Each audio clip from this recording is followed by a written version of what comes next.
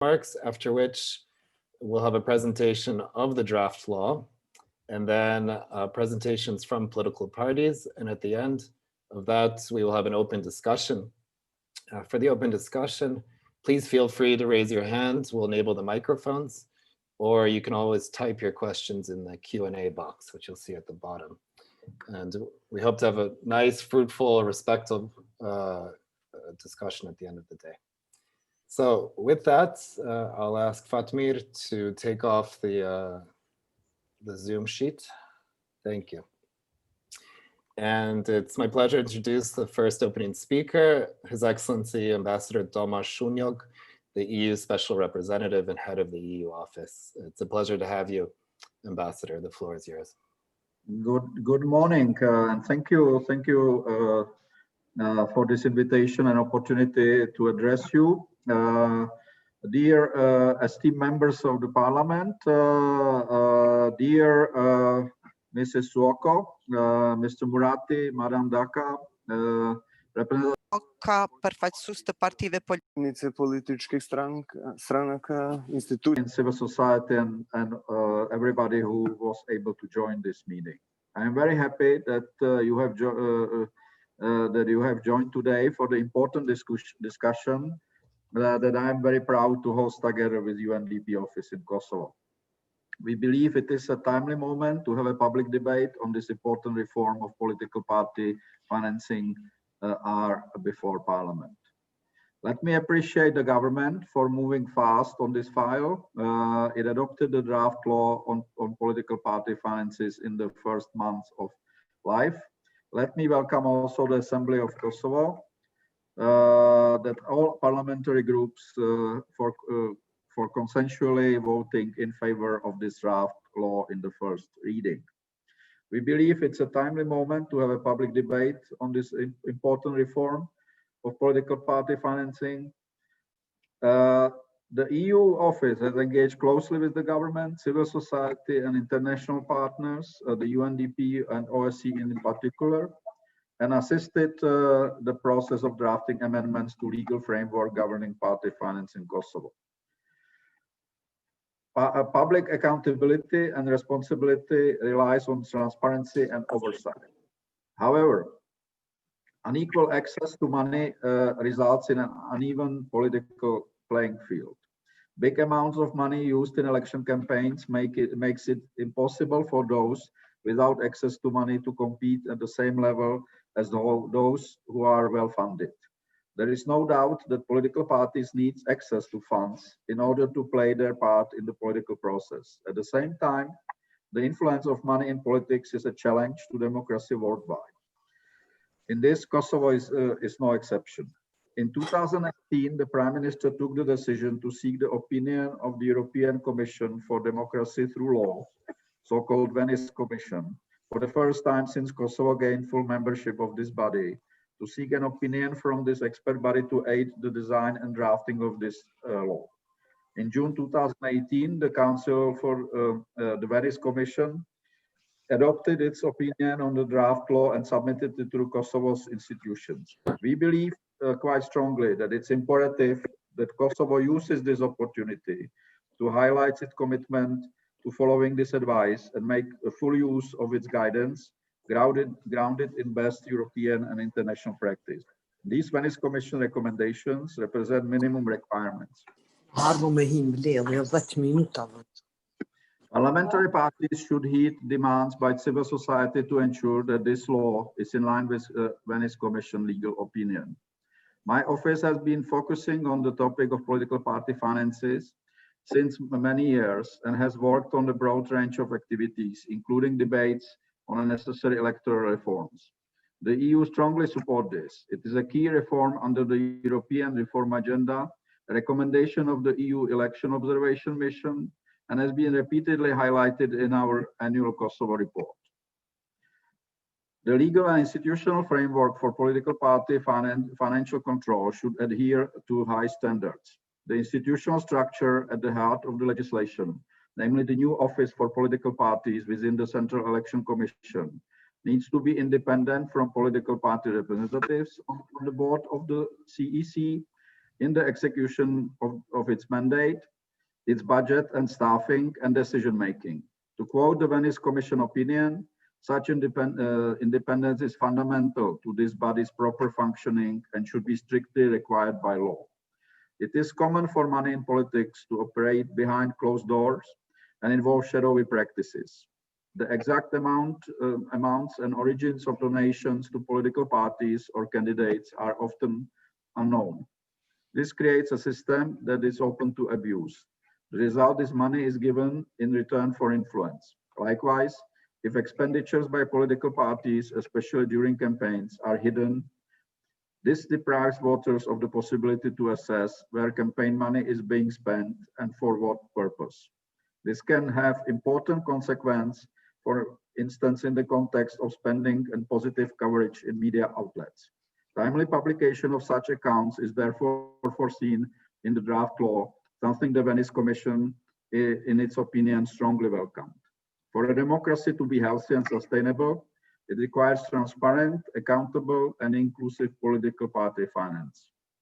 Previous external audits done in Kosovo have unfortunately shown worrying breaches of tax and money laundering laws and hundreds of thousands of euros where provenance cannot be established, nor where they have been spent on. Publication is the first step. Real accountability has to come with law, effective follow-up in these audits. During debates around this reform and effective mechanisms for transparency, accountability, and enforcement, there are some that say that Kosovo is not mature enough to create effective mechanism in law yet, that these reforms can work in developed democracies in the EU, but are premature for Kosovo's political system. I strongly disagree. Ambition is the mother of progress. Kosovo's assembly has before it a very good draft law based on the legal opinion of the Venice Commission. What is now needed is the political will to pass the law and build the capacity to enforce it. The unanimous adoption of the draft law in the first reading is a very welcome signal. I hope and call parliamentary groups to engage and the Committee on Budget and Finance focuses on preparation of the draft law for the second reading and the Assembly to move on forward with adoption of the law. Let me assure you that the EU will continue to support Kosovo institutions, the Central Election Committee, with implementation of the law. I'm sorry for being so long, but it is really important legislation, and therefore I wanted to present the EU position quite clearly. I'm now looking forward to a debate. Thank you very much. And thank you very much, Ambassador, for those very nice points. And we couldn't agree more about the importance of independence of the office and a strong mandate. It's my pleasure now to give the floor to Ms. Maria Suoko, who is the United Nations Development Program Resident Representative in Kosovo. You have the floor. Thank you, Mato. And very pleased to be with all of you this morning. Ambassador Shunyok, Honorable Judge Dakar, distinguished Member of Parliament, Mr. Murati, representatives of political parties and civil society, ladies and gentlemen. It's my great pleasure to welcome you on behalf of UNDP to this discussion on transparency and accountability in the financing of political parties. Healthy democratic processes rely on voters making informed decisions that includes how money influences politics. Elected officials and the parties to which they belong should exemplify integrity and accountability to voters.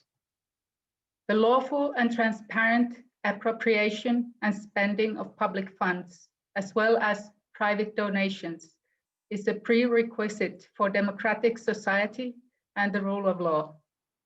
Furthermore, it shows commitment to fighting corruption, to EU integration, and to the fulfillment of sustainable development goals. For several years now, the adoption of legislation to improve the regulation of party transparency and accountability has proven challenging. As we mark the Anti-Corruption Day, or week in this case, It is now an opportune moment for members of parliament and political parties to show commitment to the principles of transparency and accountability. To ensure that the law on political party financing is in line with these principles and the international standards outlined in the Venice Commission's opinion on Kosovo's draft law, it is necessary that the law provides for, first of all, an enhanced and empowered office of political parties free of political influence. Secondly, a mandate to issue proportionate and cautionary sanctions. And thirdly, timely reporting and auditing of financial statements. We should be reminded that more than 4 million euros of public funds are being distributed to political entities annually.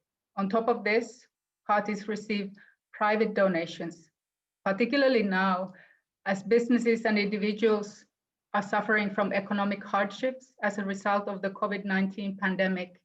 It is even more important that money is carefully dispersed and spent. Political parties should not only be legally obliged, but feel also morally responsible to support the functioning of financial control and monitoring mechanisms, publish their financial statements, and fully cooperate with auditors and judicial authorities. We remain hopeful that this legislature will show a clear commitment and act to build a sound political party financing system and pass legislation in line with the Venice Commission recommendations. This would send a strong message to the people that Kosovo is committed to the highest principles of good governance. Finally, I wish to thank our dear partners and donors, the Swiss Development Cooperation Office in Kosovo and SIDA through the Swedish Embassy in Kosovo for their support to UNDP's SAEC project, and to our co-host, the EU office in Kosovo, for joining us in organizing this important event. I look forward to fruitful discussion. Thank you for your attention. Thank you so much for your opening remarks. It's my pleasure now to give the floor to the Honorable Judge Ms. Valdeta Daka, who is the chairperson of the Central Electoral Commission. Judge Daka, thank you for being with us, and the floor is yours. Thank you, Mr. Mayer. Nderuari zoti Shunjog, nderuari Soko, zoti Murati, përfaqësues partive politike të cilat janë sot prezent.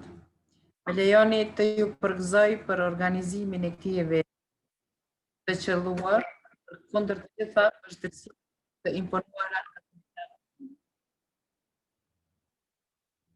Financimi i subjekteve politike tash e sa vite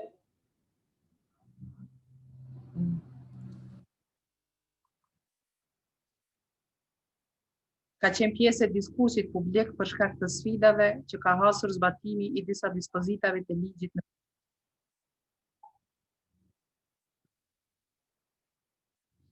Prandaj, Komisioni Qendror i Zgjedhjeve mirëpret përpjekjet miratuar amandamentet të cilat do të adresonin problemet ekzistuese në zbatim të ligjit në fuqi of the law enforced dhe njëkohësisht do të siguronin transparencë dhe llogarilësi politike në përputhje me standardet dhe praktikat e shtetit. Komisioni Qendror i Zgjedhjeve do të kryejë të gjithë e parapara me kushtetutë dhe ligj.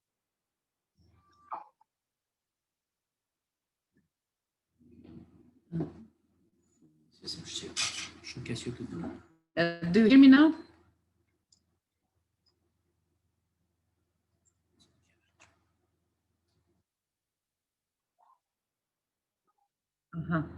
Kërkoj falje, ndoshta interneti është e na. Atëherë po vazhdoj.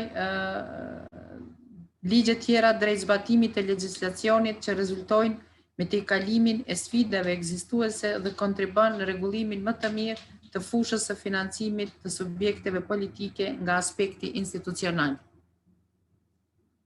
Ndonë se ligji në fuqi ka shkaktuar paqartësi në disa fusha, amandamentimi i tij është inicuar kryesisht për shkak të vështirësive të hasura në deklarimin e pasqyrave financiare dhe vonesave në auditimin e pasqyrave të njëjta.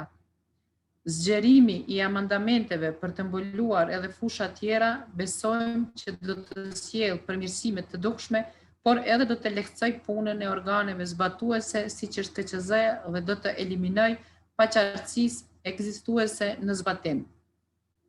Është jashtëzakonisht inkurajuese përfshirja e Komisionit të Venedikut në këtë projekt ligj. Opinioni i këtij komisioni lavdron amendamentet aktuale dhe kërkon avancim të më të thjeshëm të dispozitave të caktuara. KQZ reflektimin e tyre në projekt ligj.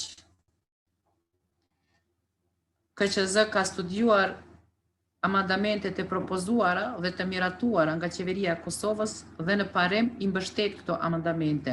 Në veçanti, dy sfidat kryesore të hasura deri më tani, rreth publikimit të deklaratave financiare dhe auditimit të tyre, pritet të tejkalohen me amendamentet aktuale.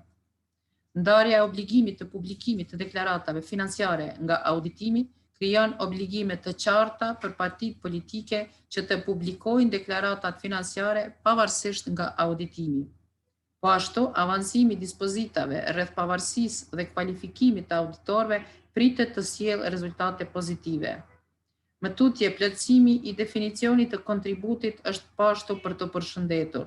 Ka pasur mospërputhje ndërmjet versionit të kontributit në ligjet për financim të subjekteve politike dhe atë për zgjedhjet e përgjithshme. Po ashtu, disa fusha të pambuluara si pranimi i donacioneve në natyrë. Amendamentet që janë në procedurë plotësojnë, harmonizojnë dhe unifikojnë definicionet e kontributit. Po ashtu është plotësuar një fushë mjaft e rëndësishme që ka qenë mjaft sfiduese për institucione zbatuese, ajo e sanksioneve. Sanksionet në përgjithësi janë harmonizuar me ligjet tjera përkatëse dhe gjobat janë rritur për një numër të shkeljeve në bazë të parimit të proporcionalitetit. Të gjitha këto janë në përputhje me rekomandimet e Komisionit të Venedikut. Përfundimisht, një prej ndryshimeve të mëdha që sjell projekt ligji në fjalë është avancimi i statusit të zyrës aktuale për regjistrim dhe certifikim të subjekteve politike. Projekt ligji parasheh zgjerimin e kompetencave të zyrës rreth monitorimit, kontrollit dhe sanksionimit të subjekteve politike në lidhje me mbledhjen dhe shpenzimin e mjeteve financiare të marra nga buxheti i Kosovës, si dhe nga donacionet private. Ky transformim i menjëhershëm në kompetenca dhe madhësi të zyrës duhet të bëhet në mënyrë të planifikuar me kujdes dhe me përkrahje adekuate nga donatorët që do të bartin përvojat më të mira ndërkombëtare nga shtetet me një organ të ngjashëm. Më duhet të potencoj se çdo zgjerim i kompetencave për zyrën duhet të përcillet me resurset adekuate në staf dhe buxhet për të siguruar kapacitete të mjaftueshme për zbatim të legjislacionit përkatës. Në fond, dëshiroj të ju falenderoj për ftesën e bërë, si edhe për kontributin dhe për krahjen e dhënë nga Bashkimi Evropian, UNDP-ja dhe donatorët tjerë deri më tani për institucionin tonë. Faleminderit. Thank you so much, Valdeta, for your opening remarks. We have our next speaker is Mr. Hakuran Murati, Member of Parliament and Chair of the Committee on Budgets and Transfers. Mr. Murati, the floor is yours. Thank you for being with us here today. Thank you, Mr. Meyer. Dear honorable panelists and dear honorable guests, as everyone said before me, it's quite an important law, the law on financing of political parties, because it's kind of a cornerstone to the democracy. It's the political parties that make up the system and run in a democratic process, and then as such get elected and are mandated with actually creating legislation, and as such also have a huge impact in the lives of the people. And as such, it is quite important to see and to know for the public and for the institutions who finances those political parties and where do they get their money from. It was mentioned that political parties receive quite an amount from the budget. They receive budget support. However, they also have the option of receiving donations from private individuals and also businesses. And to some extent, those contributions and those donations are limited as far as the legal or the legal side of it goes. What is not accounted for is the illegal or the contributions that the political parties or political individuals, political representatives receive and are not accounted for, which mainly come from the gray economy, from the informal economy. And I think coming from the Committee on Budget and Transfers, it is quite important to note that, because in order to secure, to ensure a full transparency and a full, so to say, realization of democracy without any interference, any, so to say, dark interference, we need to also take, aside from this important law, which is, as the Venice Commission has said, has some good amendments, we need, I think, to take a holistic approach, because we have to also look at the judicial system, at the prosecution especially, which in not many cases, or there are not many cases where we've seen ex officio actions when it comes to the financing of political parties, be it publishing of audit reports or be it, let's say, declaring that they've spent more than they've actually received in funding. And also we need to ensure a proper functioning of the tax administration. So it is our duty as members of parliament, as politicians, that if we want to see a better democratic system, a better democratic process and legislation that works for the people, we need to ensure that all of the pillars of the state are functioning, not necessarily just have one good piece of law, piece of legislation, and say that we've done our job. The political parties have uniformly or unanimously approved and have voiced their support for the law in the first reading in the parliament, but at the same time have also made some remarks regarding some of the requirements that, considering what I've said before, all of the other institutions that need to be in line in order for the system to function properly, some of these requirements might at some point maybe pose a unnecessary burden for those political parties that actually do abide the law and do go by the book, without necessarily maybe adding value to the process. So we've yet to commence and hold or meet in the working group in the committee in order to consider the amendments. But as I said, the willingness is there and the political parties have already voiced their support for this law. And I think it's quite important that this law gets passed. However, we have to have in mind that in order for the system to function properly, we need all of the institutions to function and not just say that we've passed this law and we've done our job. And I'll keep it short. I'll stop there. Thank you so much, Mr. Murati, for that. Yeah, indeed, I mean, that's why we say that this is an important part of Kosovo's anti-corruption legislation. It's one piece in the bigger puzzle. So thank you very much for your opening remarks. That concludes the opening session of our agenda. We are now going to move to the second panel.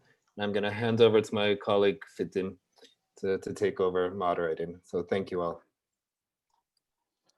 Faleminderit shumë, Mato. Faleminderit të gjithë folësve.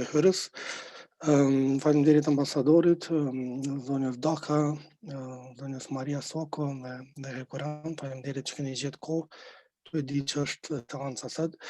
Pra paneli në radhë është paraparë që fillimisht të bëj një prezantim nga zoti Mentor Boroci, I cili është drejtori I zyrës ligjore pranë zyrës kryeministrit, I cili në mënyrë mjaft profesionale ka udhëheq punën e grupit punus të qeverisë së Kosovës drejt hartimit të këtyre amendamenteve. Pastaj është planifikuar nga një fjalim rreth pozicionimit të partive politike në lidhje me këtë projekt ligj. Në momentin e fundit kemi 2 anulime nga zoti Gashi, Kujtim Gashi prej Partisë Demokratike të Kosovës dhe nga zoti Endrik Shala prej nismës socialdemokrate me arsye e mbajtjes së seancës së sotme. Por me ne prap do të jem përfaqësues nga vendosje zoti Adnan Rustemi, zoti Shkelzen Ajdini nga Lidhja Demokratike e Kosovës, zoti Fikrim Damka nga Partia Demokratike Turke e Kosovës, dhe po ashtu kemi edhe zonën Kusari Lila, e cila edhe pse është pjesë e grupit parlamentar të vendosjes është udhëheqëse alternativës, prandaj mund të kontribuoj dhe të pasuroj diskutimin. Kisha me fillu me zotin Borovci, i cili mund të na jap një rrjedhë të procesit të arsyes së amendamenteve ekzistuese, sepse janë bërë amendamente të cilat kanë qenë të përkrahura nga Komisioni i Venedikut dhe pra të na udhëzoj për diskutimin më të tjeshëm. Zoti Borovci.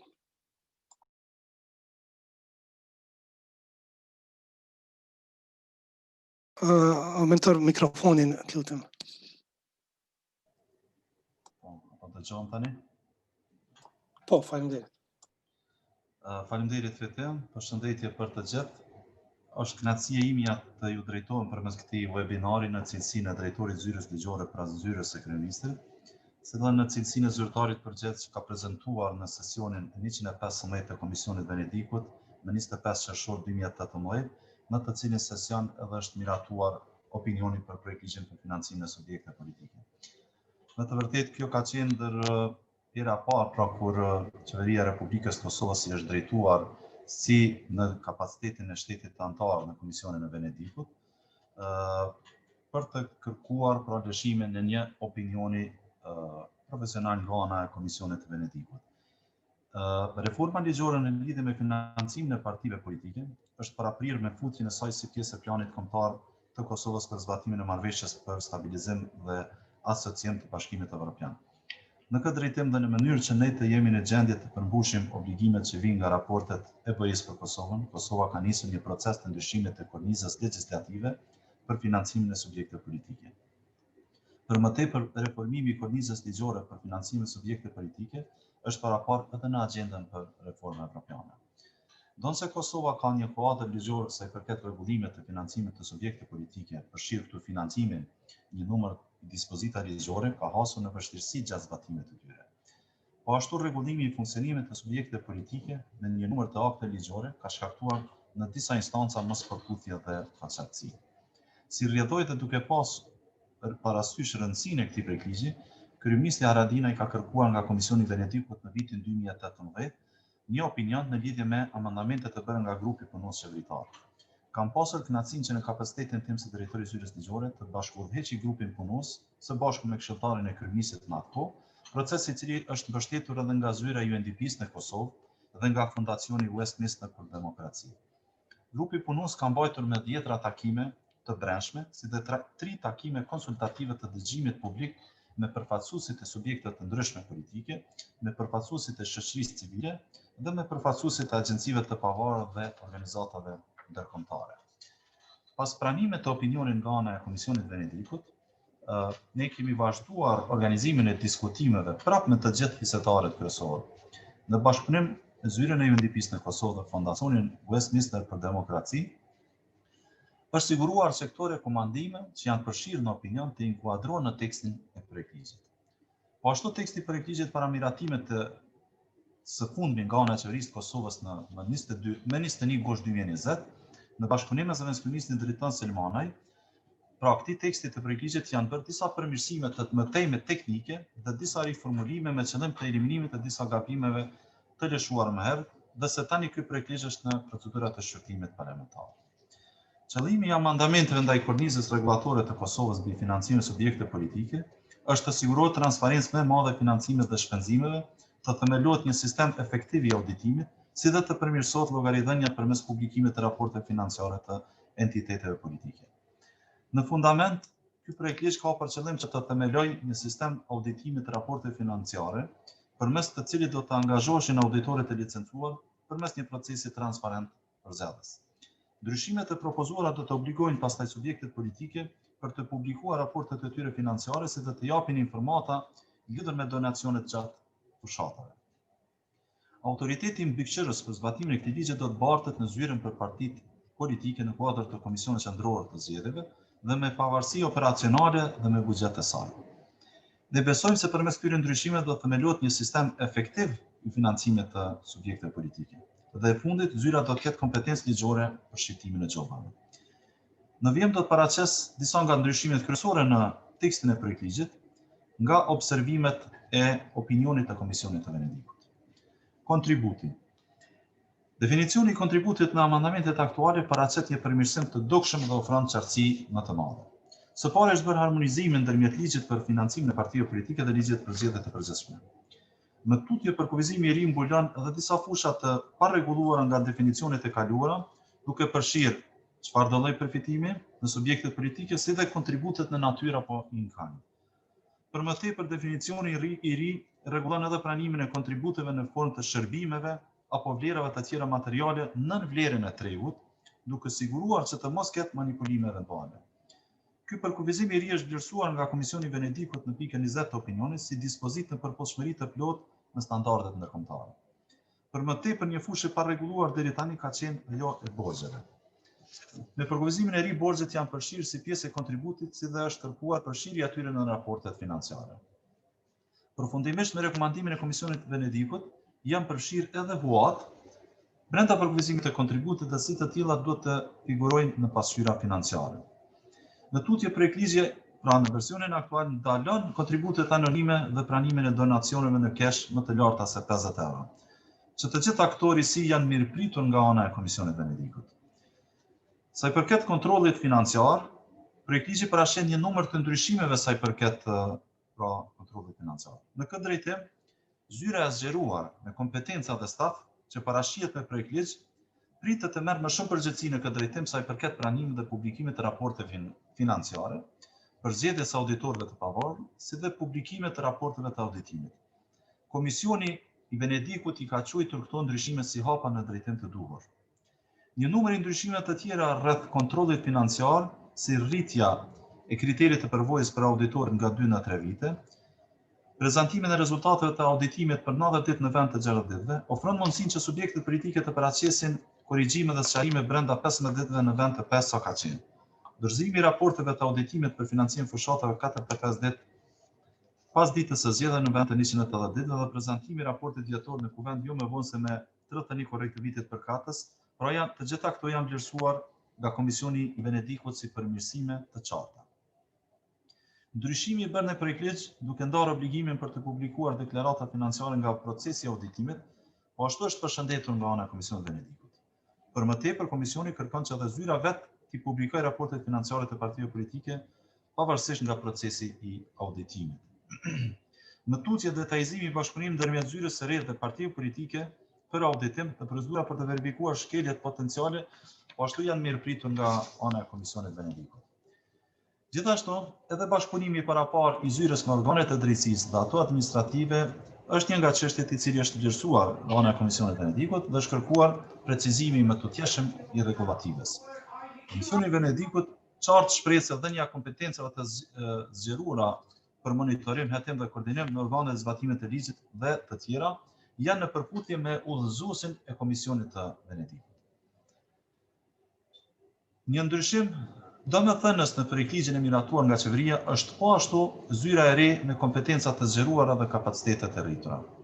Po ashtu është parapar një pavarësi më e madhe nga ndikimi politik, sa i takon zyrës për partitë politike, në raport me procedurën e përzgjedhjes së drejtorit në zinxhirit komandues, duke vënë pozitën e drejtorit nën përgjegjësi të drejtë për drejtë të kryetarit të KQS-s për të siguruar pavarësi nga ndikimet në ndërhyrjet eventuale politike.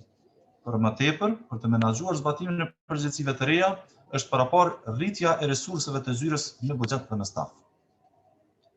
Komisioni i Venedikut në një numër të rekomandimeve përshëndet dhe mirëpret këtë reformim me kusht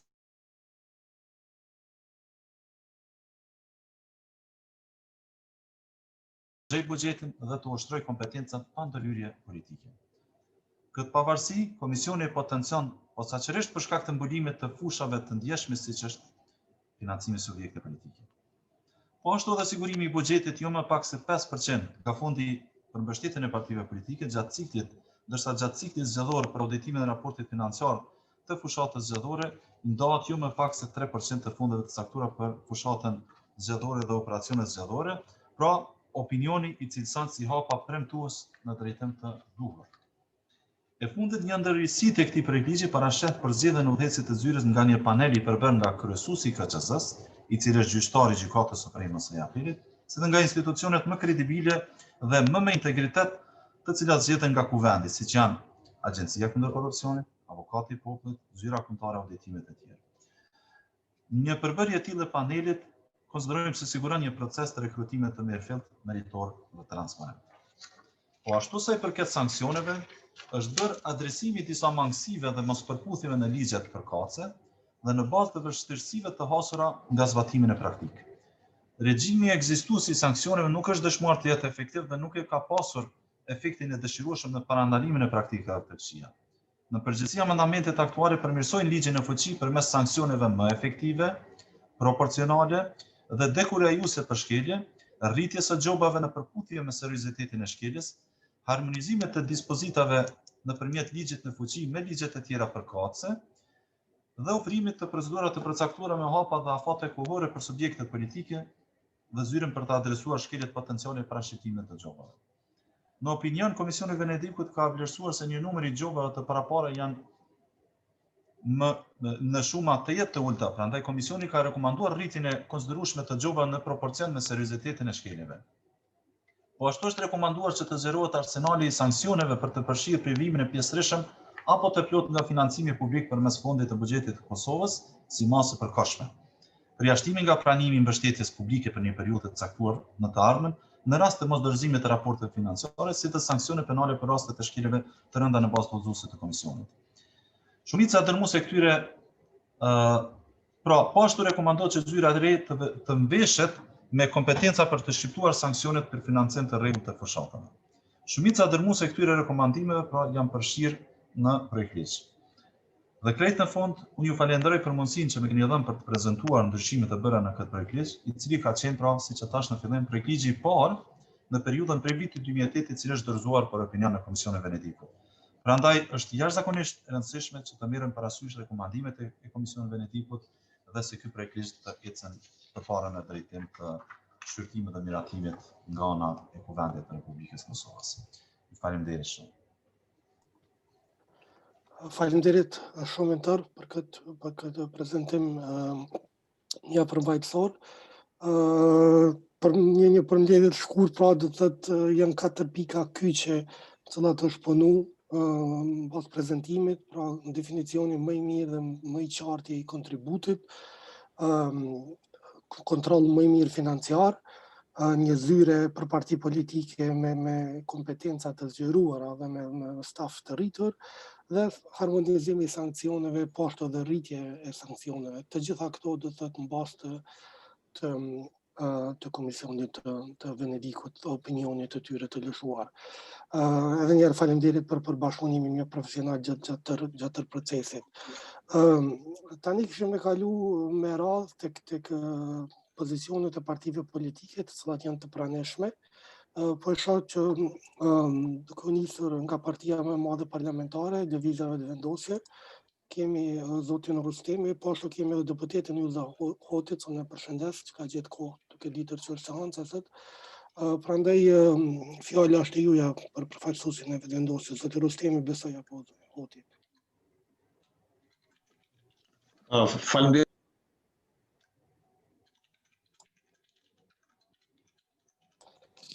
Ata nëse mundesh mikrofonin, lutem. Po? Tash po dëgjosh, faleminderit shumë. Faleminderit edhe një herë, përshëndetje të gjithëve. Ndejoni që pak a shumë në mënyrë të përmbledhur të paraqes le të themi pikpamjen mbi projekt ligjin për ndryshimin e ligjit për financimin e subjekteve politike. Por duhet ta konstatoj natyrisht që financimi i subjekteve politike është një aspekt i rëndësishëm i jetës le të themi demokratike dhe institucionale në një vend, dhe edhe ky diskutim, por edhe diskutimet më pashme janë kontribut në këtë drejtim. Është domosdoshme padyshim që të rritet transparenca e financimit dhe të shpenzimit të subjekteve politike, ashtu si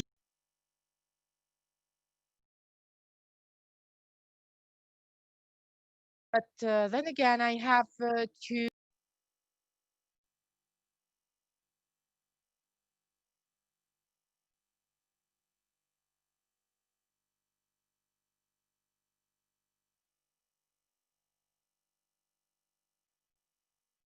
finances because of rregullim ligjor merr kuptim të caktuar në një kontekst të caktuar, qoftë politik, qoftë social e kështu me radhë. Për bindjen time, në Kosovë ekzistojnë dy probleme kryesore, po i kategorizoj domethënë, sepse ka dhe aspekte tjera, po dy janë problemet kryesore kur bëhet fjalë për financimin e subjekteve politike.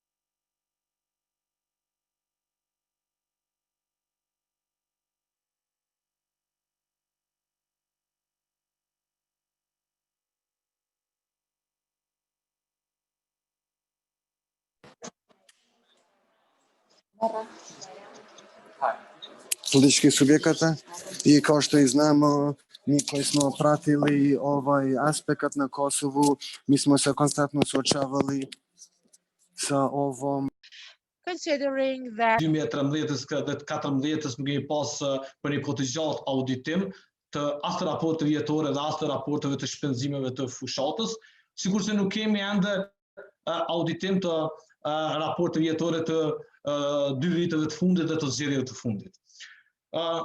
Problemi i parë për bindjen time nuk është një problem që rezulton nga mungesa e infrastrukturës ligjore apo e ligjeve në Kosovë. Përkundrazi është pasojë e mosbatimit të ligjeve, është pasojë e keqbërërimit të ligjeve, është pasojë e keqbërërimit të detyrës zyrtare, dhe kjo pashmangshëm do lidhet me që të themi funksionimin e gjitha institucioneve që në mënyra të ndryshme ndërlidhen. Pashmangshëm ndërlidhet me sistemin ton të drejtësisë, me një sistem le të themi të pavarur, pa anshëm, efektiv e kështu me radhë, sepse këtu aspektet e keqpërdorimit, le të themi të parave publike ose të resurseve shtetërore janë aspekte për hetim e për trajtim në sistemin e drejtësisë. Ndërkohë për çështjen e auditimit të pasqyrave financiare, le ta evidentojmë që me projekt ligjin e propozuar apo sponsorizuar nga qeveria, në rikthemi para vitit 2013 në kuptimin e modalitetit. Natyrisht që ka aspekte që mundohet ta bëjnë, si më thon, më efektiv, por kthehemi atje ku e kishte KQZ-ja përgjithësi më parë, e cila ishte kaluar Kuvendit të Kosovës, respektivisht kryesisht, por që e kemi parë që nuk ka funksionuar as në minimumin e saj për të përzgjedhur auditorët dhe për të realizuar pasqyrat financiare, pa u çuar fare në cilësinë e auditimit. Unë e konsideroj që është e nevojshme dhe dobishme zgjerimi i kompetencave të zyrës për regjistrimin dhe certifikimin e subjekteve politike sa i përket kontrollit të financimit të subjekteve politike. Është mirë që është zgjeruar dhe fushveprimtaria e kësaj zyre.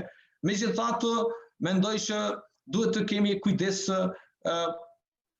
kur bëhet fjalë konfigurimin e saj brenda Komisionit Qendror të Zgjedhjeve, mënyrën se si është propozuar me këtë projekt ligj. Gjithmonë në kontekst të asaj që Komisioni Qendror të Zgjedhjeve është një institucion i pavarur dhe kushtetues dhe me natyrë kolegjiale të përbërë. Domethënë Komisioni Qendror të Zgjedhjeve është një institucion kolegjial ku anëtarët e KQZ-s bashkë me kryetarin e KQZ-s janë anëtarë të themi të barabartë ku kryetari KQZ-s është i pari në mesin e të barabartëve dhe vendimet në KQZ merren me shumicë të votave, diçka për të mos thënë në miniaturë është kuvendi i Kosovës apo kryesia e kuvendit. Në këtë aspekt duhet ta kemi parasysh që në propozimin që është bërë për konfigurimin e zyrës si një organ pak, le të themi, paradoksal, i pavarur brenda një institucioni pashë të pavarur, mund të ketë, si do themi, pengesa në efikasitetin e zyrës, por edhe mund të ketë një lloj, si themi, kufizimi të mekanizmave ligjor për mbikëqyrje. Sepse nga ajo që kam parë në këtë projekt ligj,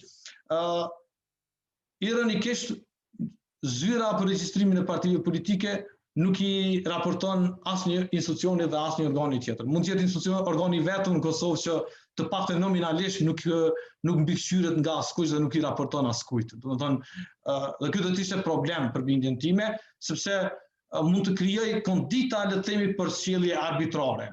Mund të jetë qëllimi krejtësisht i mirë, por ka hapësirë për keqpërdorim pastaj.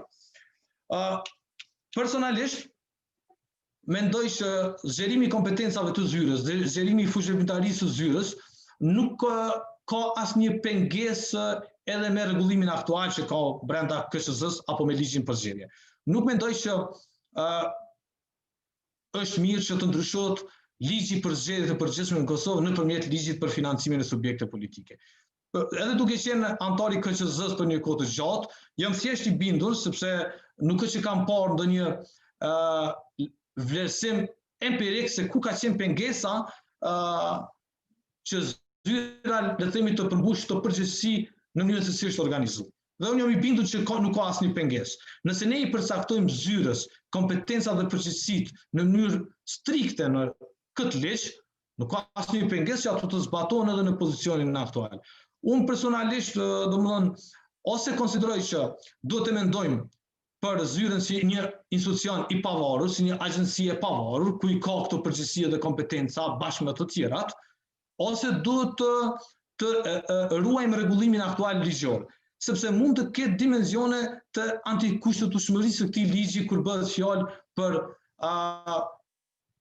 përgjegjësitë që është dhënë kryetarit të KQZ-s si përgjegjësi individuale, ndërkohë që kryetari i KQZ-s nuk ka asnjë kompetencë individuale me rregullimin aktual ligjor dhe kushtetues sa i përket KQZ-s.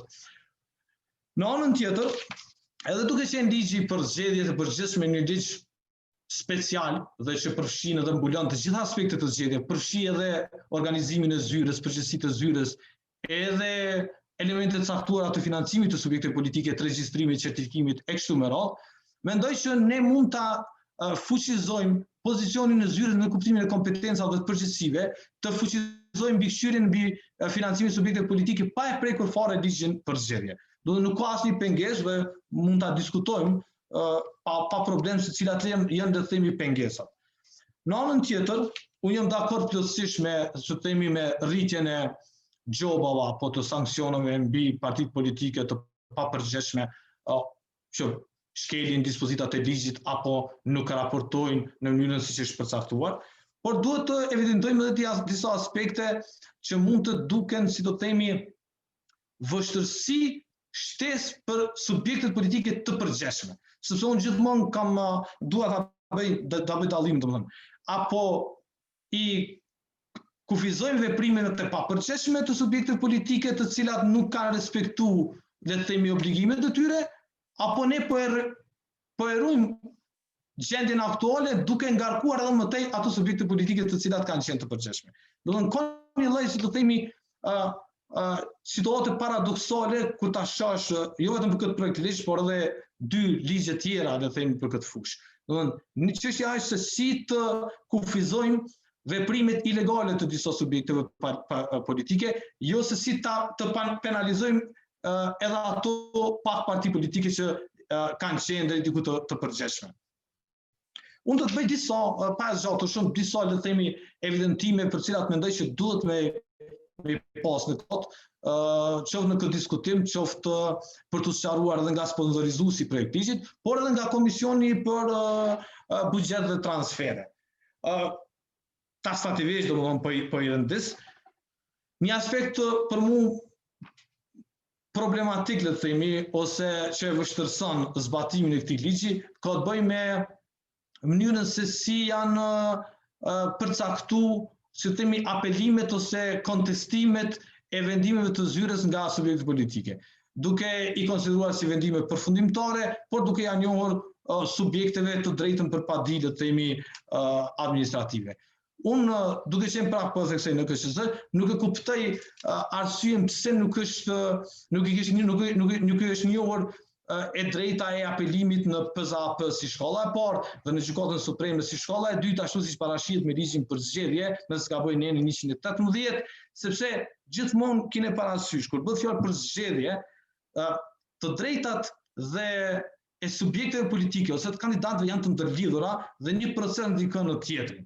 Po e marr vetëm një shembull, duke ja kufizuar, duke xhobit një subjekt politik ose një kandidat, ndërkohë duke ja njoh vetëm të drejtën e padisë administrative dhe ne e dim që procesi i tillë administrativ merr vite në Kosovë, ose merr kohë gjatë të paktën, le ta themi kështu, me një korrektësi të përgjithshme, dhe në anën tjetër, ligji për zgjedhje përcakton kufizime tjera për subjektet politike dhe kandidat në raport nëse kanë gjoba të pashlyera ndaj zyrës apo për arsye nga më ndryshme. Domethënë, ne duhet të kujdesemi që kur bëhet fjalë për zgjedhje, të kemi veprime efikase, të shpejta.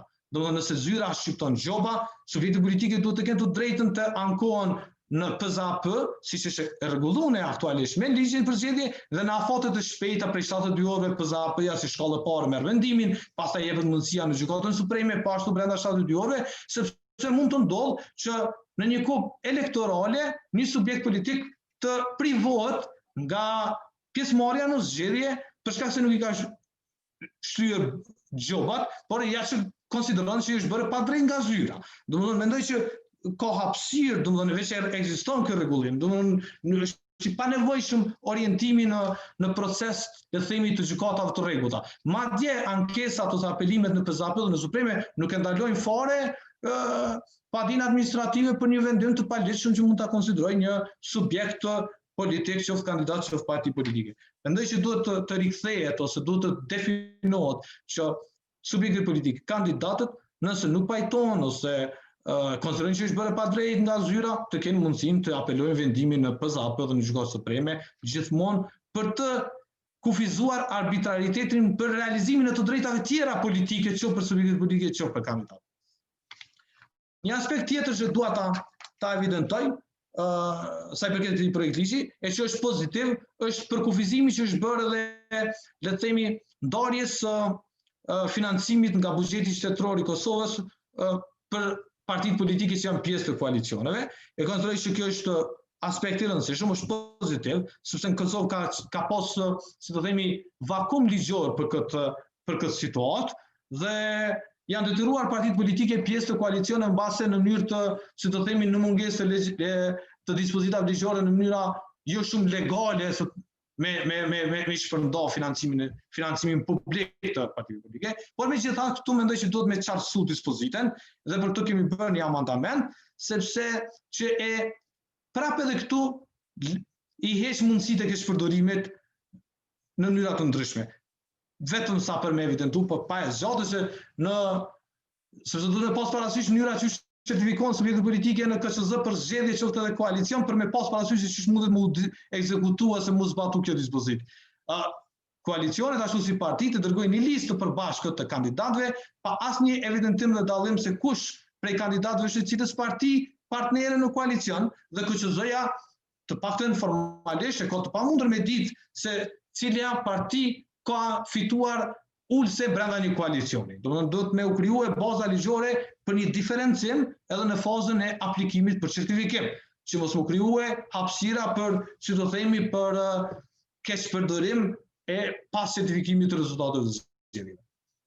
Një aspekt tjetër që mendoj që duhet me pas parasysh është një lloj përgjegjësie penale që është përcaktuar, le të themi, personave përgjegjës të partive politike. Unë mendoj që është e panevojshme që është e vërteta, sepse subjektet politike, partitë politike janë persona juridik. Ato mbartin detyrime dhe të drejta dhe kanë përgjegjësi. S'ka pse personave zyrtarëve mbrana partive politike me ju adresu përgjegjësi penale, mendoj që është gabim atje, për papërgjegjësinë e subjektit politik që është person juridik në këtë rast. Çdo gjop, çdo sankcion, çdo mos, madje edhe ekstreme, deri në çregjistrim le të themi, deri në shuarje, duhet ti faturohet subjektit politik, jo zyrtarëve brenda partive politike. Sepse edhe kjo në kontekstin ton krijon hapësirë për këshpërdorim, për arbitraritet, për të kufizuar të drejta tjera të personave të caktuar. Në emër se të zbatimit të një dispozite ligjore, përdoret për të privuar, le të themi, nga jeta politike, apo kandidimi, apo angazhimi persona të caktuar, zyrtar të partive politike. Dhe ç'është e vërteta, nuk mund të ngarkojmë përgjegjësi penale, le të themi kryetarit të një partie, apo nënkryetarit, apo sekretarit, për le të themi shmangje të dispozitave në nivel kështu administrativ, të komunikimit e tjerë. Por gjobitet subjekti politik. Gjithmonë duhet me pas në mendje që subjekti politik është parti, është person juridik dhe mbartë përgjegjësi dhe çdo komunikim duhet të bëhet në raport me të. Zotër Rustemi, ju kisha lutur ta përmbledhni, pasi që veç t'i kalu mjaft koha e. Atëherë për ta përmbledhur, domethënë ne që janë disa aspekte pak teknike që do duhemi i pas parasysh kur bëhet fjalë për publikimin e faturave për shpenzimet prej 100 eurove, janë atribute të cilat, si më thonë, nuk është që zbatohen nga agjenci tjera shpenzuese, institucione tjera në Kosovë, as nga qeveria, as nga komunat, as nga kuvendi, as nga OJC.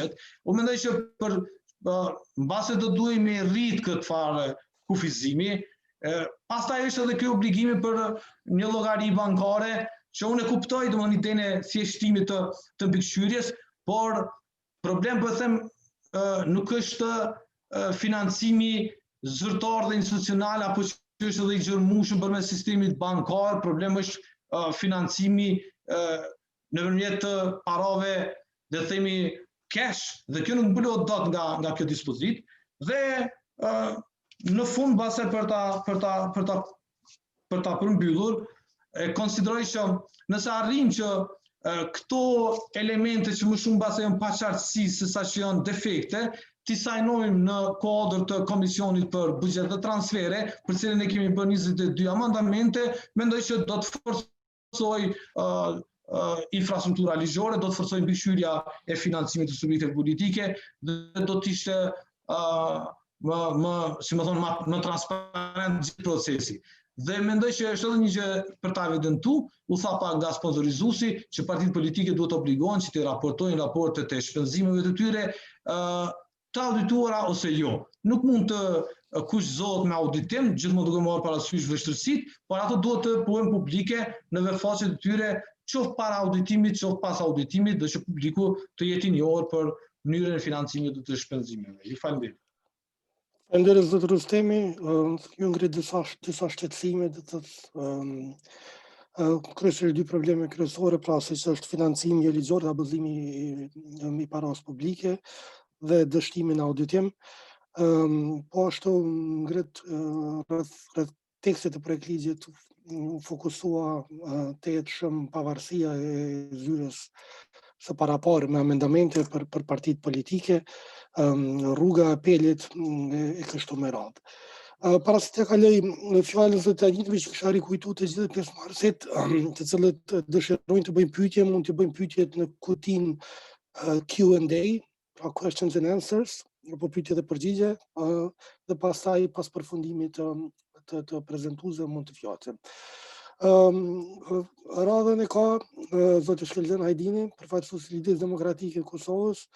Unë isha i pranishëm në ditën kur u miratua në komision në parim projektligje dhe më bëni përshtypje prezantimi juaj mbajt përvaqësore dhe sidomos kam në mendje fjalia që është domosdoshmëria e kohës që të kalon ky ligj. Prandaj urojeni fjala është juaj zot Hajdini. Faleminderit Fitim. Unë do të tentoj të jem i shkurtër në mënyrë që t'ju japim hapësirë edhe të tjerëve që janë prezent. Adresimin tem, nëse nuk ju prish punë, do ta bëj në anglisht. Pa problem, pasi që ka përkthim simultan njëjtën Dear, kohë. dear Ambassador Zanyang, dear Auditor General, Mr. Osmani, UNDP representatives, MPs, members of CAC, members of political parties and others. I CIK-a, zastupnici političkih stranaka, i tada želim se zahvaliti i gospodinu Rimcu na organiziranju ovog webinara.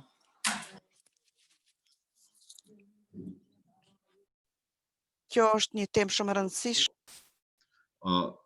I would like also to thank those that initiated the draft law, considering the financing of political parties is a must that we must be dealing at this time.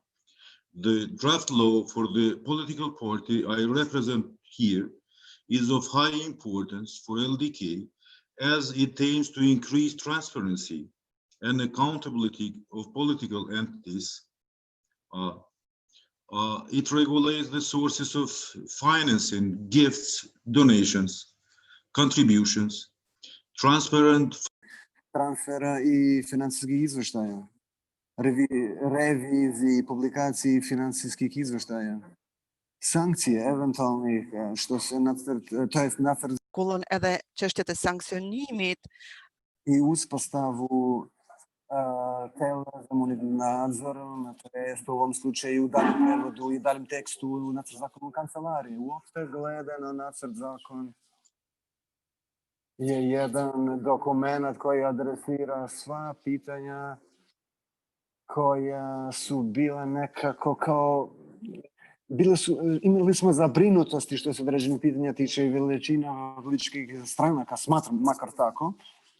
Međutim, što se čitajući nacrt zakon smatram, to je stipulisat ću da nacrt zakon je dobar zakon i moramo se usredsrediti i raditi i u velikoj meri u ovom dokumentu kako bismo izvukli najbolju, što je moguće najbolje s ovog zakona. I lično mislim i u ime političke stranke koju ja ovdje danas zastupam imam i nekoliko primjedbi i smatram da ako ćemo zajedno adresirati, onda ćemo imati izvanredan dokument koji će pomoći Kosovu i političkim strankama kao i sistemu da bi povećali transparentnost i odgovornost.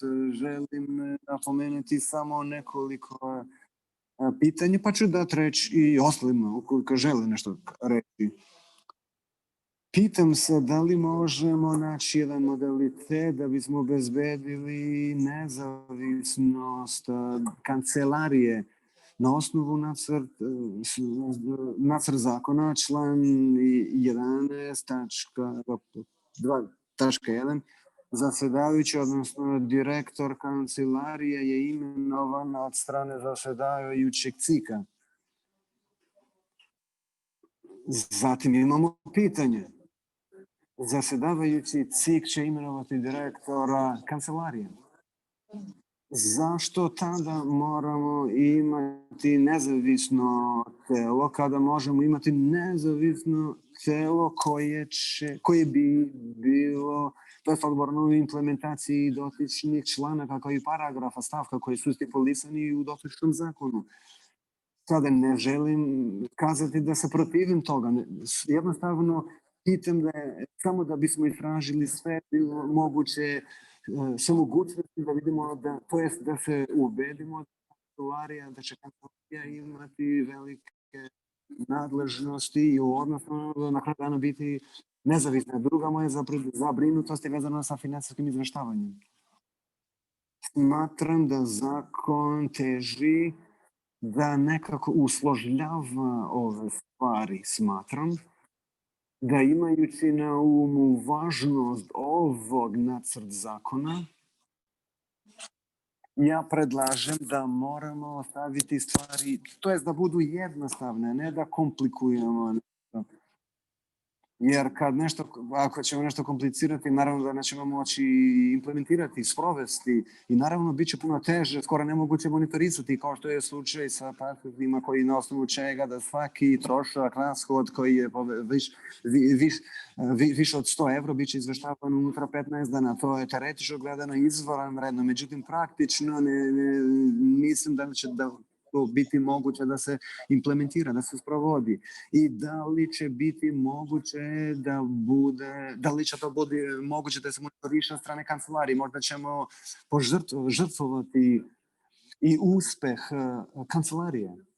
Mi ćemo proveriti pažljivo kao i druge budžetarne organizacije, to jest da li moraju izveštavati za takve rashode, to jest nakon 15 dana. Ukoliko je to tačno, onda je ok. Međutim, ako je odgovor suprotan, ako druge budžetarne organizacije ne moraju izveštavati unutar 15 dana, tada, to jest u tom slučaju, zašto bismo sada imamo periodične, tromesečne, kvartalne izveštaje, šestomesečni i godišnje izveštaje, koji su prema mojem mišljenju sve u redu, ali moramo biti također usredsređeni, to jest smatram da usredsređeni na publikaciji rashoda, troškova, jer to će također povećati transparentnost i odgovornost.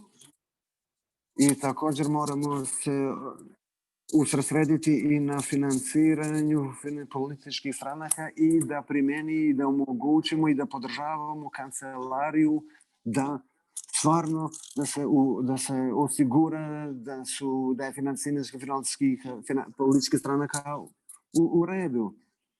Jer sve to može imati utjecaj direktno i indirektno u našem društvu. I na kraju, financiranje. Again, all the actors, I ask to think whether 3% of the political party funds is enough or whether it is more, too much for the office, considering that we have about 4 million budget for the all parliamentary political parties. Thank you very much. I would like to stop here and give the floor to others. These are my concerns in general. We are of the support to the draft law, as really Kosovo needs to streamline and to really keep an eye on financing of political parties. Thank you. Faleminderit shkëlqem për përkrajnë edhe në ligjit dhe për vërejtjet e dhëna. Ne kemi kërkuar, do të thotë, bashkë me UNDP-n dhe organizatat e shoqërisë civile që kanë pranishme dhe besoj do të marrin fjalën më vonë në seancën e diskutimit që grupi punues dhe nën grupi punues që grupi punues dhe komisioni vërtet të jenë të hapura gjatë punës me këtë projekt ligj, në mënyrë që shumë arsyeshmëri që kanë qenë prapa ndryshimit dhe amendamenteve aktuale të kenë mundësi të mbrohen aty dhe në farë mënyrë komisioni të shfrytëzojë edhe shoqërinë civile edhe institucionet përkrahase si ekspert të komisionit, pasi që mund të dhënë kontribut jashtëzakonisht madh për shkak se është bërë një punë e madhe, do thotë më shumë se një veçare rreth hartimit të amendamenteve. Tani kisha më kalu fjalën deputetit Fikrim Danka nga Partia Demokratike Turke e Kosovës, i cili njashtu është edhe antar i Komisionit për Buxhet dhe Financa. Zoti Danka. Përshëndes gjithë pranishëm, apo dëgjohet? Po. Okej, përshëndes deputet kolegë, ambasadorin, kryetarin e KQZ dhe të tjerë përfaqësues shoqërisë civile. Shumë mirë na i dim që për këtë ligj edhe në legjislacionet të kaluara e kemi punu, por has që është bllokuar edhe prapë në kuvend.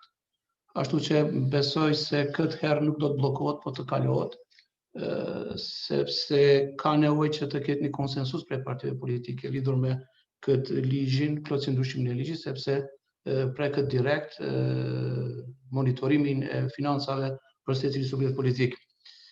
Na nuk e kemi as pakallin të monitorohet, sepse edhe na si Parti Demokratike Turke, edhe parti tjerat. Nazire, Jerimi kao partija Turaka i druge partije zajednica na Kosovu. Mi smo male partije i nije nam problem ako nas nadziru. Imamo solidan budžet, mali budžet, ali ja želim da naglasim za neke tačke u ovim izmenama ovog zakona. Ograničen je jedan limit doprinosa koji može predstaviti za individualne subjekte i pravne i fizičke. I ako želimo da ilegalitet ne koristimo, treba ukloniti ovaj limit, ovo ograničenje. Jer ako pravni subjekat može da can contribute, can present data. Se nuk duhet të caktohet një limit deri ku ai mund të kontribuohet. Në anën tjetër, kur e caktojmë një limit, atëherë paraqesin ilegalitetet edhe paraqesin keqpërdorimet për këto fondet. Unë po du me cek cilën apo prekin njeve na si partit politike të voglat, ku është pyetje për plotësim ndryshim për caktimin e shumës së xhopave. Kur është cekur që prej 4.000 deri 40.000 mund të parashtrohet xhopa prej zyrës. Unë mendoj se kjo është një diskrepanca shumë të madhe, prej 4.000 deri në 40.000, 10 fish na mund të japim në dorë zyrës që mund të vlerëson për disa pika cilën janë në këtë ligj. Tu pa që na I kemi një buxhet si dy deputet ose një deputet cili përfaqësohet prej komunitetet të tjera cilën e kanë komplet buxhetin 35.000 euro, para mendoni që të parashtrohet një xhopa prej 40.000 euro, ai një vjet çka mundet me bëu me atë partinë.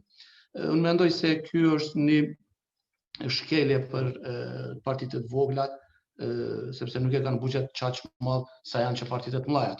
Për shembull të japim një parti që ka 25 deputet, ka një buxhet afër 900.000 euro, tu krahasu me 40.000 euro ai vjen për një 3% ose 4% prej buxhetit total. A para mendoni për një parti të vogël, vjen 50% ose 100% e buxhetit e vet.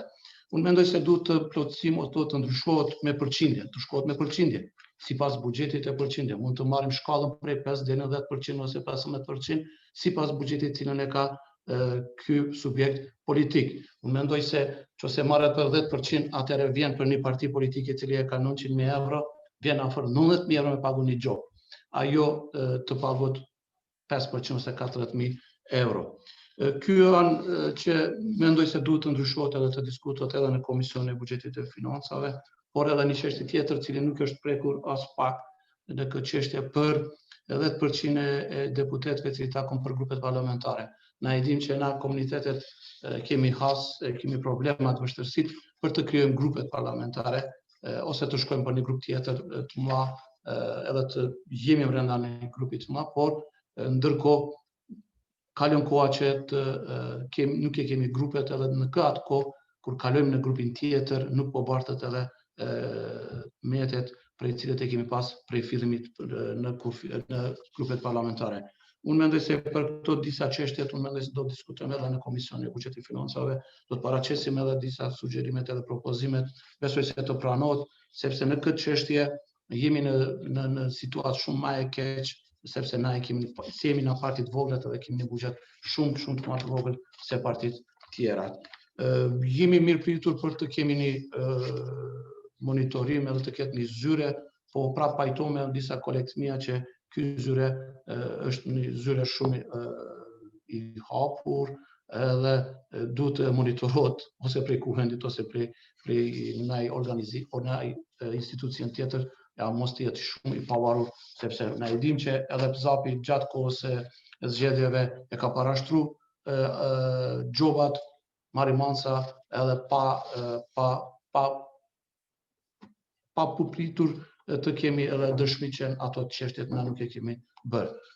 Faleminderit për këtë diskutim edhe mendoj se gjatë kohës mund të marr fjalë për të diskutuar edhe për të tjerë. Faleminderit shumë. Faleminderit zoti Tomka që keni gjetë kohë, duke ditë prapë që seanca plenare është sot. Ngritet do të dy gjyqate për rëndësi, një para dështimin e legjislaturës kaluar për me miratu këtë projekt ligj, që ka qenë një mesazh jo të mirë, sidomos në BE që duke qenë pjesë e erës agjendës për reforma evropiane. Edhe e dyta është do të thalësia e gjobave, cilën kemi diskutuar mjaft në atë kohë në grup punus dhe më duket arsyeja e rritjes saj ka qenë do të thotë harmonizimi me legjislacionin tjetër, siç është ligji për kundërvajtje dhe ligjet tjera përkatëse. Se po ashtu është rekomanduar dhe në Komisioni i Venedikut, por po mund të diskutojmë më tutje gjatë diskutimeve.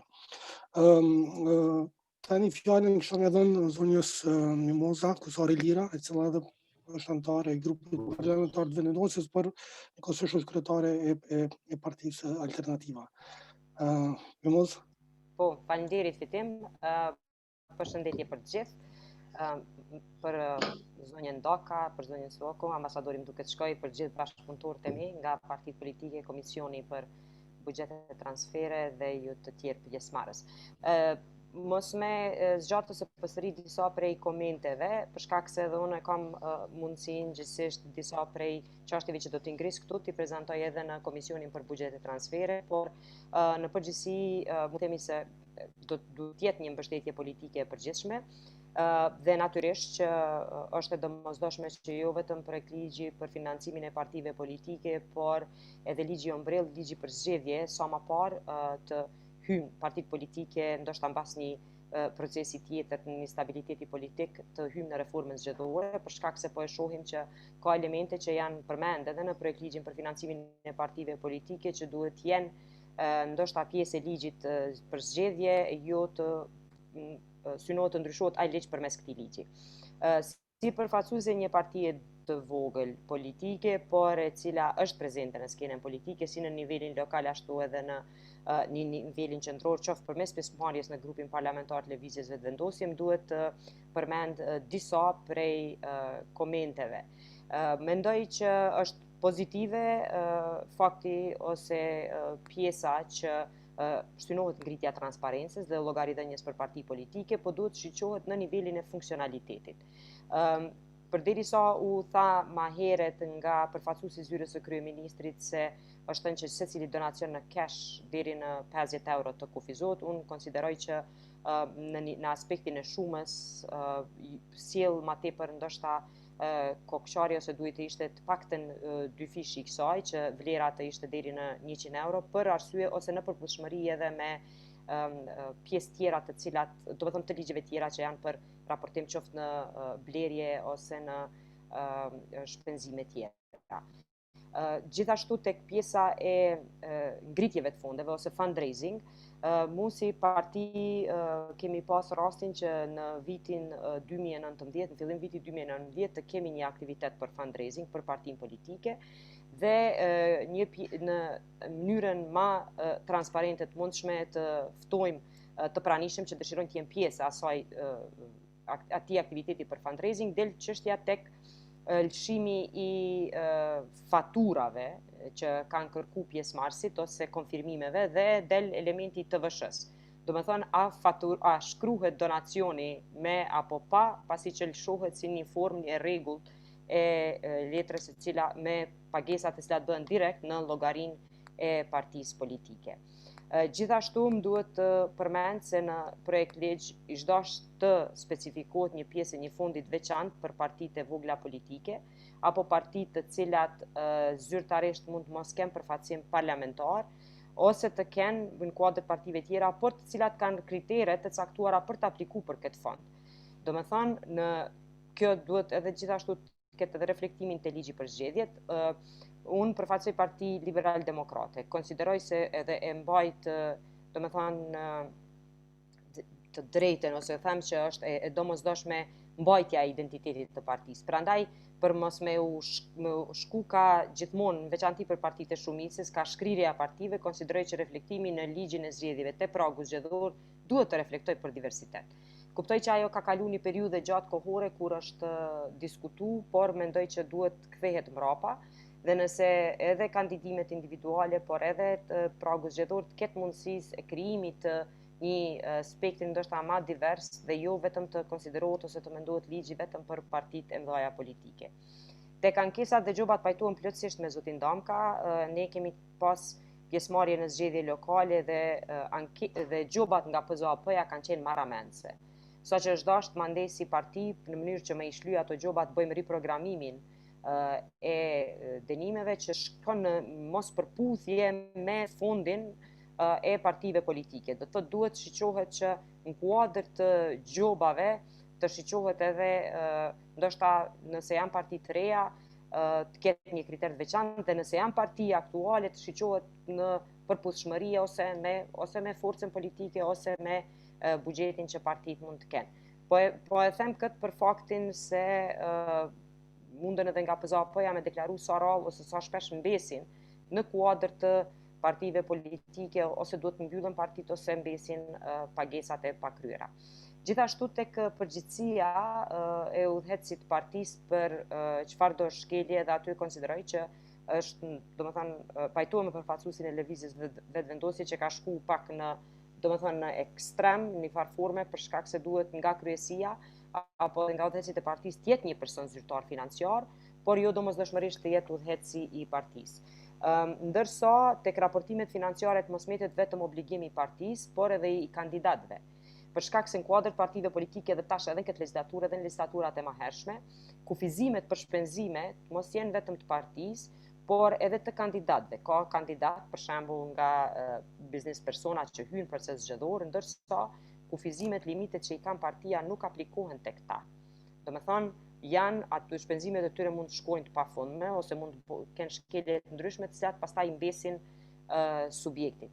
Për këtë po them që duhet ndoshta të vendosen edhe disa kritere të raportimit të kandidatëve, të buxheteve që bëhen kuadër të partisë apo edhe drejt për drejt në KQZ në këtë rast me rastin e shpenzimeve për partitë politike. Si dhe nuk e di, kjo ndoshta duhet edhe në ligjin e zgjedhjeve edhe të rregullohet edhe me Kuvendin e Kosovës tek hapësirat apo zyret e partive politike, tek lokacionet zyrtare që sa është e lejushme apo është e lejushme shpenzimi i buxhetit të demokratizimit apo fondit demokratizimit për hapësira të zyreve. Domethënë, të ketë një definim që a munden partitë politike nga buxhetet që i kanë për të pagu për të patundshmëri, domethënë hapësira të cilat mbesin me partitë politike. Kjo i prek kryesisht partitë e mëdha se ato mund të kenë apo edhe të vogla në rast se tash hyn pjesa e huave, që është pjesë e projekt ligjit për financimin e partive politike. Kaq nga unë, po besoj që mundemi me diskutu ma ndërë ma tutje. Faleminderit.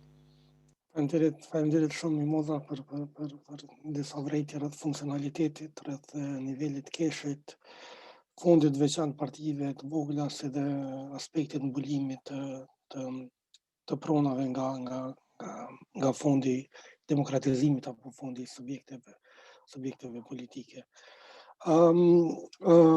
Me kaq përfundon do thot lista e përfaqësuesve partive politike dhe rreth pozicionimit të tyre krahas amendamenteve të këtij ligji. Po shoh mjaft pjesëmarrës që kanë qenë të përfshirë gjatë hartimit të amendamenteve, po shoh zotin Besnik Osmani, auditorin e përgjithshëm Kosovës, dua të përshëndes Besnik dhe mund të hapim diskutimin apo kushdo që mund të ketë diçka për të shtuar, po shoh edhe pjesëmarrës nga shoqëria civile, një numër i madh që kanë qenë të përfshirë në hartim. Kështu që i kisha me hap për diskutim, nuk e di nëse zoti Osmani ka diçka për të shtuar fillimisht para se të kalojmë të tjerët. Besnik? Nëse mundesh me lëshu mikrofonin, Besnik.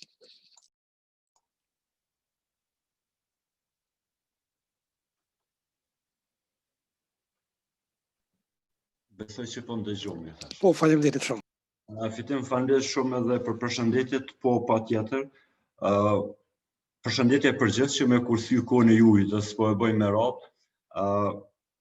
Unë me thonë drejtën nuk jam një njës personalisht në detale i draft ligjit, i cili për momentin është në kuvend, po sigurisht që edhe unë personalisht, po edhe gjithë bashkëpunëtorët në zyrën kombëtare të auditimit, edhe kemi obligim, po edhe kemi kënaqësinë që për asa na kërkohet, do të jemi në dispozicion rand parë për komisionit për buxhet dhe transfere, që të japim kontributin tonë, po nëse më lejohet, unë do të kisha bërë 2-3 komente të vogla, edhe që ndoshta mund të kenë konsiderate nga të gjitha ata që do të kenë ndikim deri tek sa nuk do të kemi një ligj përfundimtar. Besoj që është shumë e rëndësishme të kuptojmë që derisa do të vazhdoj të thotë që partitë politike të financohen nga fondi për demokratizim, realisht do të nga buxheti i shtetit, do të kemi konsiderate të gjitha provizionet ligjore dhe kushtetutin që lidhen me zyrën kombëtare dhe auditorin e përditshëm, për vetë faktin se ka një klauzulë shumë të qëndrueshme që secili përfitues i fundit i cili vjen nga buxheti i Kosovës mund të jetë subjekti auditimit komplet apo për një çështje apo për një proces edhe nga vetë zyra kombëtare e auditimit. Kjo do të thotë është e para e cila duhet ketë konsiderata tek drafti përfundimtar i ligjit. E dyta, besoj që do të jetë shumë e rëndësishme që të kemi në konsiderat disa formulime të nevojshme për ligjin, në mënyrë që ta bëjmë të mundur një raportim të qartë financiar, po dhe ta bëjmë të mundur veprimtarinë audituese nga çdo autorizime që mund vinë, qoftë nga zyra përkaqëse që planifikohet me kompetenca edhe me kapacitete të zgjeruara, apo nga ndonjë institucion tjetër në terme. Pra, do të jenë të qarta procedurat për shpenzimet, të cilat do duaj partitë politike të zbatonin në rastin e përdorimit veçmas të fondeve nga fondi i demokratizimit, do të jenë të qarta cilat autoritete do të përdoren në atë rast.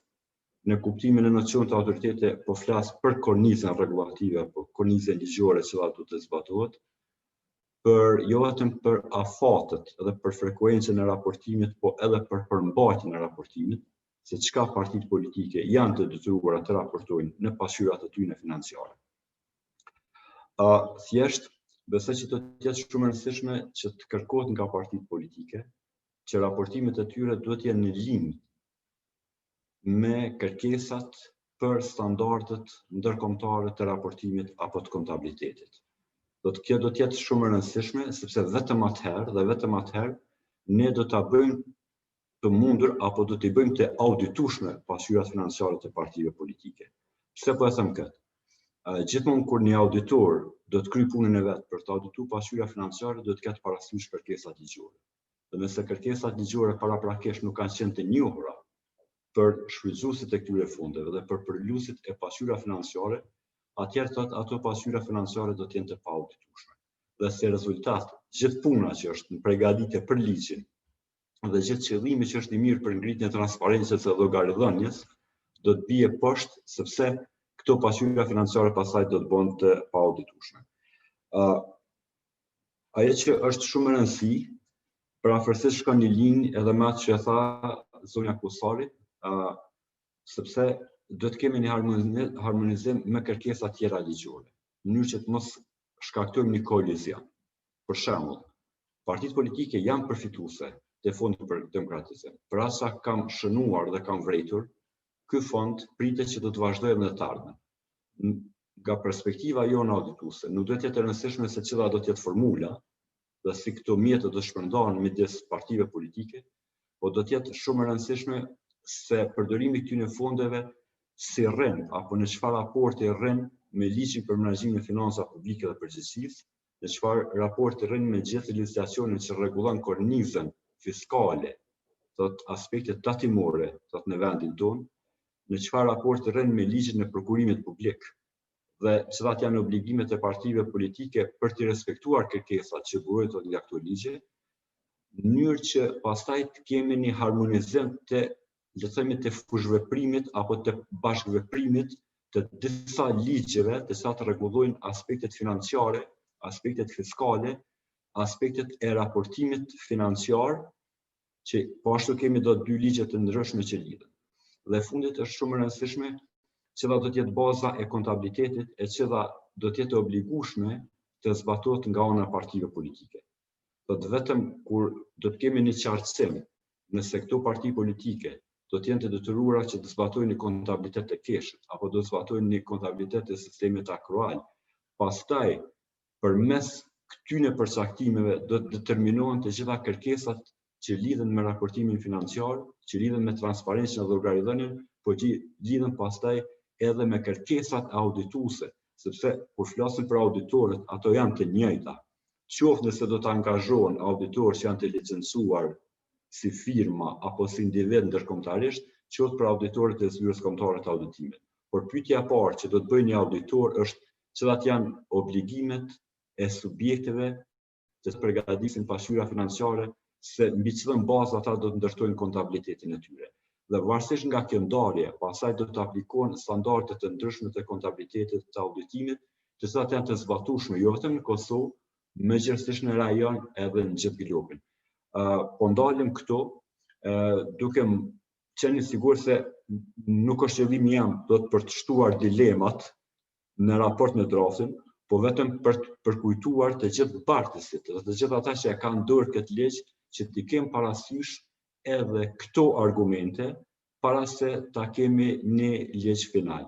Nëse diçka do të kërkohet prej neve që të ndajmë dijen tonë dhe eksperiencën tonë në fushën e raportimit financiar të auditimit, patjetër që ne jemi jo shumë të gatshëm ta bëjmë, po kemi obligime ndaj kuvendit, po edhe ndaj shoqërisë civile dhe ndaj institucioneve tjera. Faleminderit shumë që më keni dhënë mundësinë më ndëgju.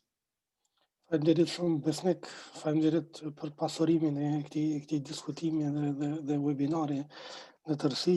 I bëni disa vërejtje jashtëzakonisht me rëndësi, të cilat mund të jenë shumë relevante për punën e Komisionit për Buxhet dhe Transfere dhe Kuvendit në përgjithësi gjatë miratimit të ligjit. Pra e lë një derë hapur që në fundit mund të auditohen edhe nga auditori i përgjithshëm si përfitues final të mjeteve nga buxheti, domosdoshmërinë e raportimit me standardet të kontabilitetit, pastaj harmonizimi i kërkesave me ligje tjera, të cilat mbulojnë fushat fiskale dhe të kontabilitetit, si dhe aplikimin e sistemit të kontabilitetit nga partitë në mënyrë që të gjitha raportet financiare të jenë të auditueshme, nëse mund të them. Faleminderit edhe një herë. Kisha lut dikën nga shoqëria civile nëse ka diçka për të shtu, po shoh plot pjesëmarrës të kanë qenë në grup punues dhe kanë kontribuar mjaft shumë me komente dhe me vërejtje. Apo dikush tjetër, shoh përfaqësuesin e Institutit Republikan, zonën Marta Onorato, shoh Bujar Bashën nga OSBE-ja, dhe të tjerë kërkoj falje nëse dikën e kaloj, sepse kam një ekran me shumë emra dhe fytyra përpara.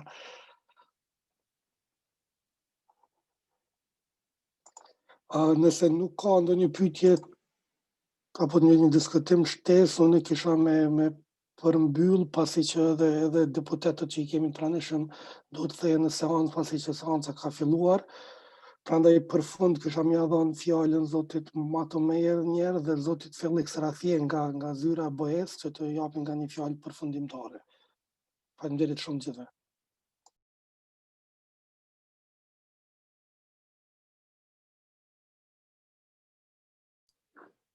Thank you, Vitim. I'll go first before I give the floor over to Felix. Thank you all for participating. I think that this was a very useful discussion, and we learned a lot of the points that the political parties made or will make for this draft law. We really hope to have the opportunity to work more and to explain more some of these provisions and things such as the importance of having an independent office. Now, independent in the sense that strong without interference. And I think that's something that we need to discuss a little further. The administrative autonomy and why that's necessary is particularly for a place like Kosovo. I'd say even more so than other jurisdictions. So I think that's where I'll end for this. We really hope to have the opportunity to work more on this, and thank you all for joining us. So Felix, I'd like to give the floor to you, please. Yeah, hello, thank you. Felix Hatje from the EU office in Kosovo. Having worked on this topic for many years, I recognize many of the discussions, and it's good that they are yet again being discussed, including in public and in the assembly. And I thank all participants today that have contributed for their points and indeed the clarity in which they have made it. I think There is, Mato has mentioned it, of course, there is a big discussion about how to design the institutional architecture at the heart of this, financial control system for political party and campaign financing. We stress the independence and the need for independence, as Mato says, from undue political pressure, as crucial, and as does the Venice Commission. I think it's important to remember, and this is a discussion that in Kosovo often, sometimes things get mixed a bit. There is a difference between operational independence of saying the decision making on the substance that the office is mandated to oversee, and things of organizational oversight. So of course the wider CEC, in which this body would be, would still maintain that oversight role in ensuring that the office applies the laws effectively and has a role in potential disciplinary or staffing issues.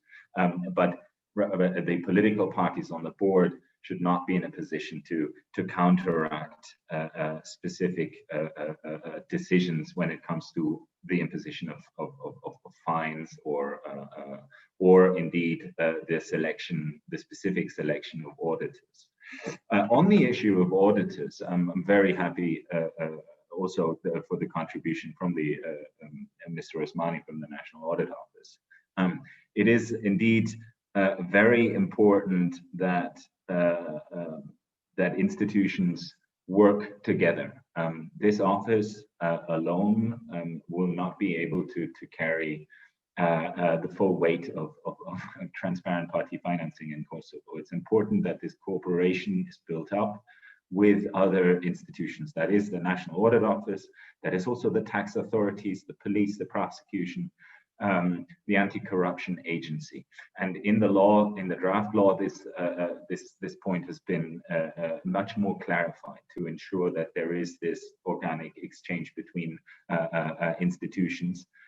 Also as a hedge against what some speakers have referred to, if I may paraphrase a little bit, the risk of capture of the office of certain by certain political elements.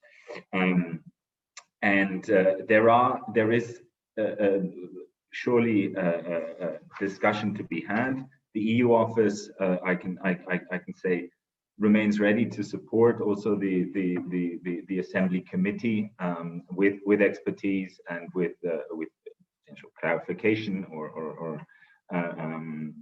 in its work. We support this draft law, and we support positive and constructive amendments in that. As my ambassador has said, the Venice Commission recommendations on these key issues of the institutional architecture, the accountability lines, and indeed on the effectiveness of sanctions mechanisms. That is should be, and we would see as minimum requirements that have to be reflected. And of course, otherwise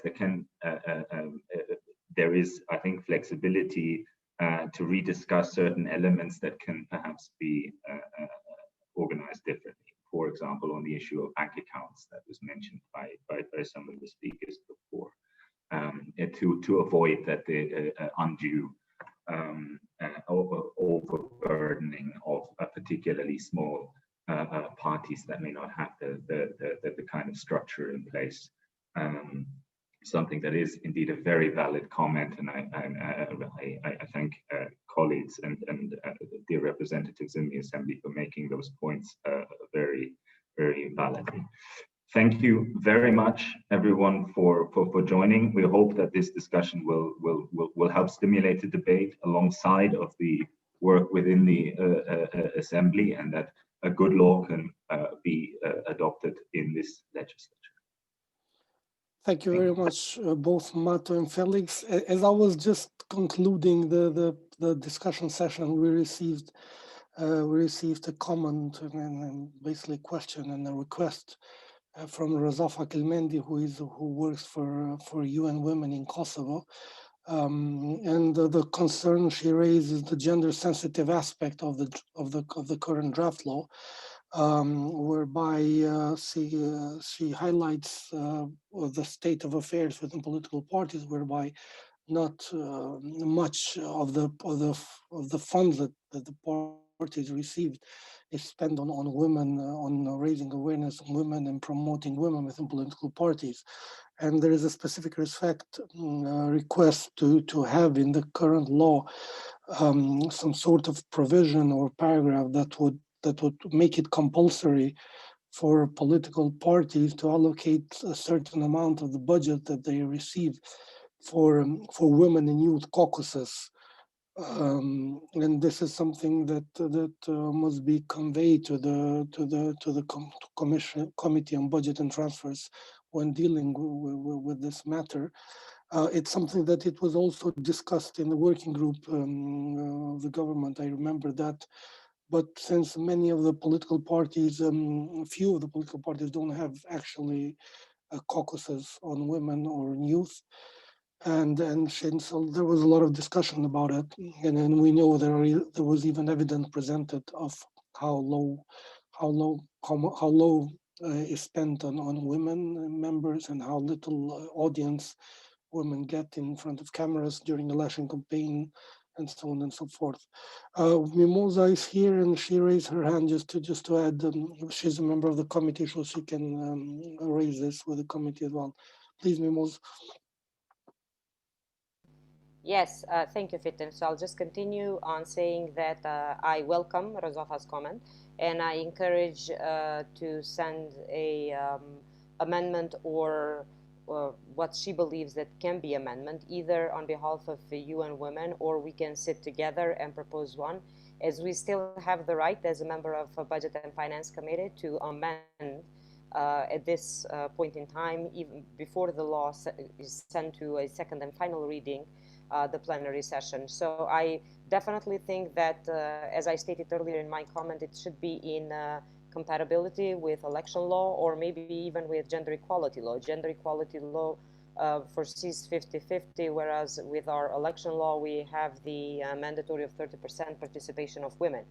Can somehow or in a way be reflected into how budget is spent or is allocated from political parties, but this is only in regard to political parties that have the budget from the democratization fund from Kosovo budget, or the total budget. It has to be defined properly. But I certainly welcome, and I stand ready to meet with Rozofa and UN Women to follow through and have sort of a sense of or add the meaning of budget sensitive law on financing of political parties. Thank you. Thank you, Mimosa. And this comment is the best testimony that the working group and the committee should be open for civil society and for organizations who can contribute and enrich further the draft law. So we hope that we will receive a positive reply from the committee, and we will be allowed to attend and support the committee. With this, I would like to conclude and thank you all one more time for participating, and especially thank the sponsor, UNDP, and Maria, and Felix, who is here on behalf of you now for co-hosting the event. Thank you very much. Thank you very much, everyone.